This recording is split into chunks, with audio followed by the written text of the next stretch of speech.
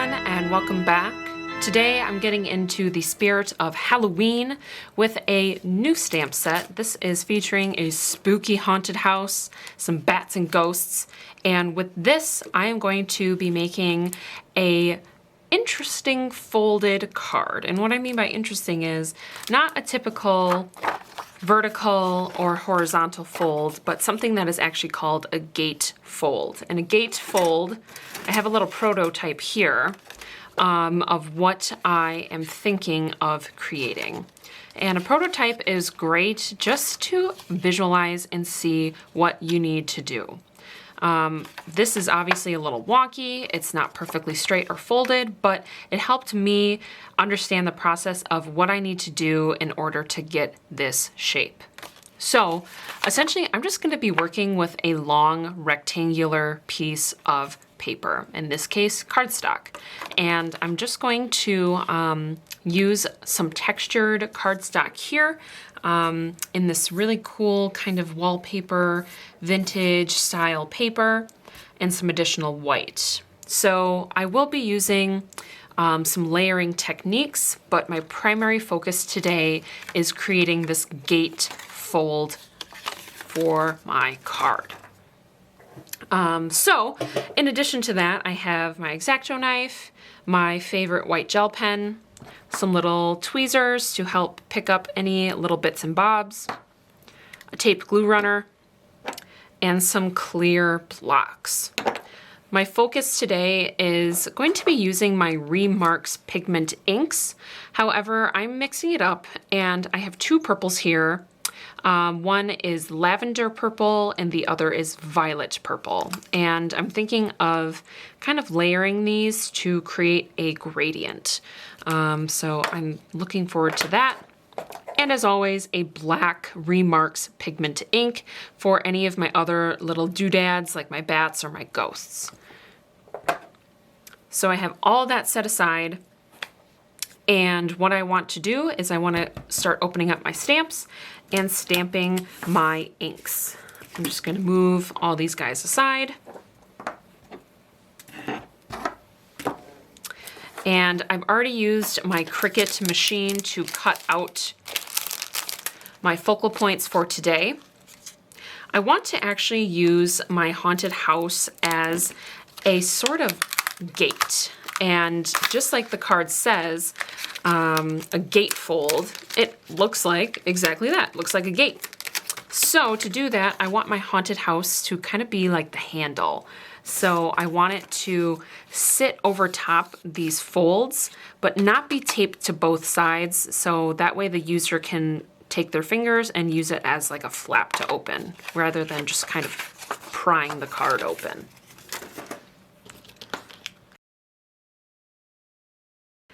Now with my gradient, it's always best to work dark to light, because if I start mixing my lighter pigments up with my darker, they're gonna get lost and it's not gonna work.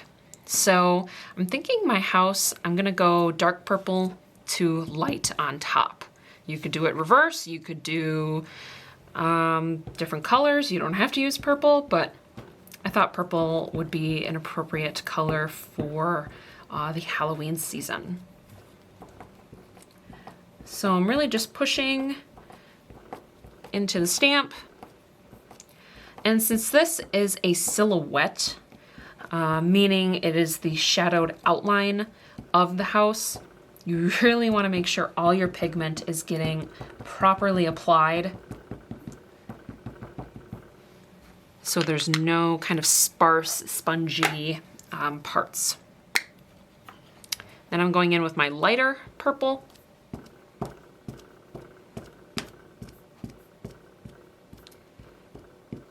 If you're worried about pigments getting mixed in, all you have to do is just take a scrap piece and just kind of tap it off.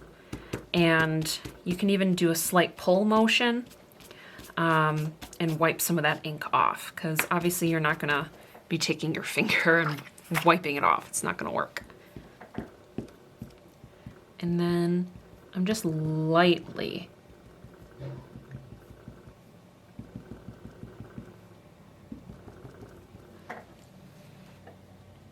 and that's actually mixing really nice.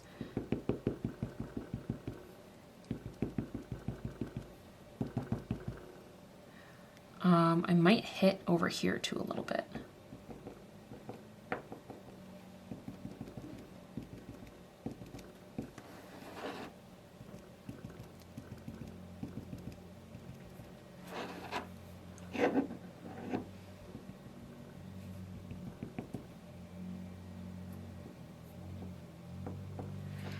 It's actually pretty cool.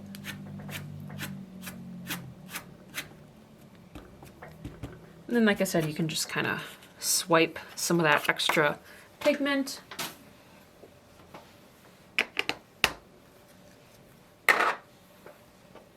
Set that aside.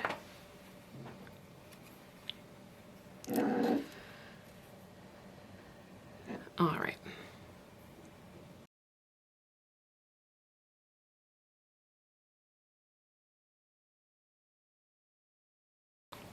Now, if something like this happens to you where you get some of this almost like negative space, you can obviously stamp again. However, sometimes I think it gives it a little bit more character. And in this sense, a haunted house isn't going to be a perfectly shingled, manicured home. It's going to be a little rougher on the edges. So not that mad about it. But if this is something that upsets you, you can obviously go back and restamp. I'm gonna set that aside because I don't need it. And I'm not gonna use the drips, but I am gonna use my little bats.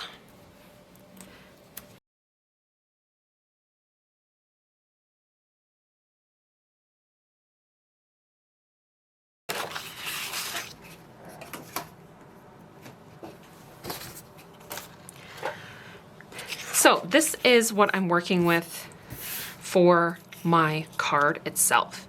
Obviously, if I am going to be doing a gate, it's going to be huge. So I'm going to take my handy ruler, and I'm going to be using this to take some measurements and make some cuts.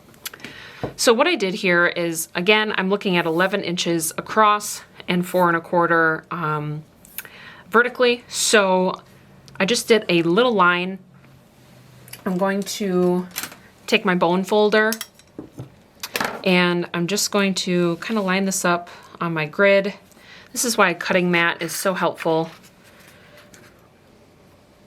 And I'm just going to find that middle mark and find that middle mark, and that should be good. So there we go. I have my fold, and so when I open it, that's where my additional embellishments are going to go.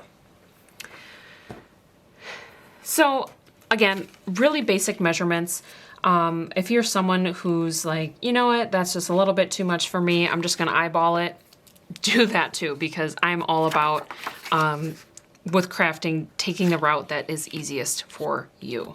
So if you feel comfortable, like, well, you know what, I'm just gonna give it a shot, see what happens, do it. I have a little bit extra on the bottom folding over, but overall, I'm good with it. I'm feeling good about it. And then here again, I'm gonna measure this inside. So my fold to my fold is right at about 5 1/2. So I'm gonna set that aside. Going to go here, and I'm gonna cut down this white paper so that it can fit inside my card and have a nice white surface. Here I'm being a little generous with my measurement just because I want my white to be on a backing. And what I mean by that is I want to layer it with this initial paper that I showed you in the beginning.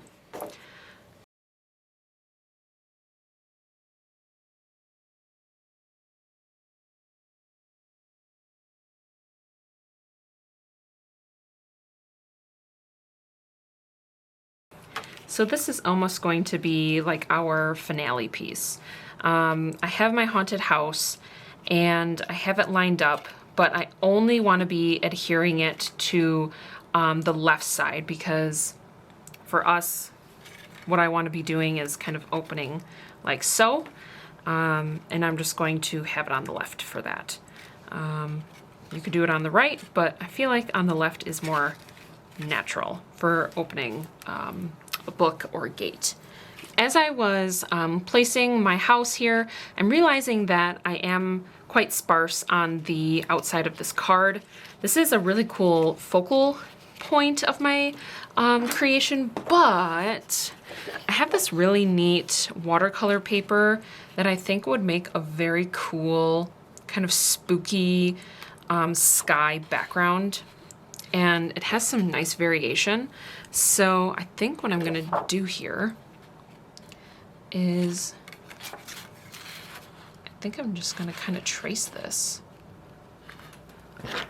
I'm all about tracing, so anytime you're able to trace, you should do it, because it's way easier than remeasuring and redoing everything.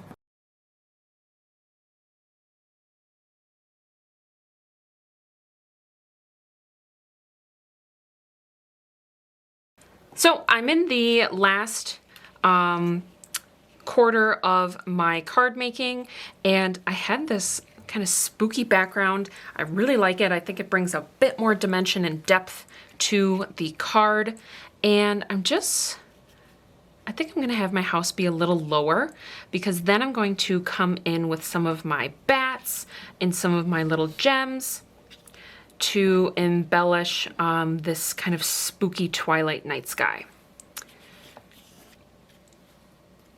Flip this over.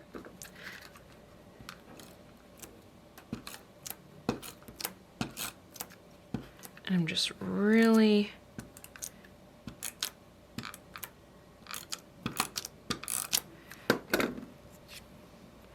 trying to get that left side nice and glued.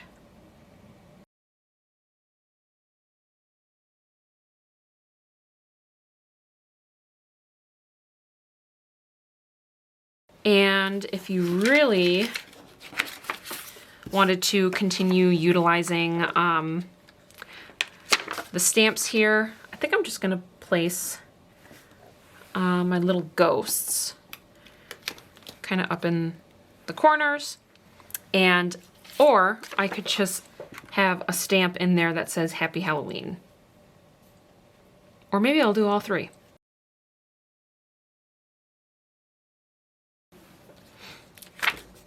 I was applying quite a bit of pressure to my ghosts because they are a silhouette. So you can see the more firmly you press, the better distribution of ink you're gonna get.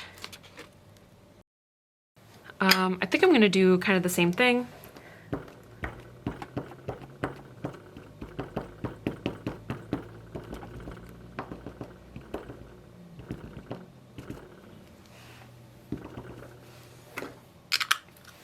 My purple, and I'm going to kind of use that same side. So that's great, yeah. Really like how that turned out. If you wanted to sign your name or say dear whoever, you can go ahead and write that with black, purple ink, whatever you want. In addition, you also have some available panels here. For this card, I did not utilize them. However, if you wanted to do some additional design work on them, that is an option for you. You could go in with some white, or you could go in with some of your other paper that you used to tie everything together. But I like this being the focal point and the delivery to whoever is receiving this. So when I fold it back together, I have my little spooky scene. So this is our gate folding card technique. You did it, you watched it, maybe you made it on your own.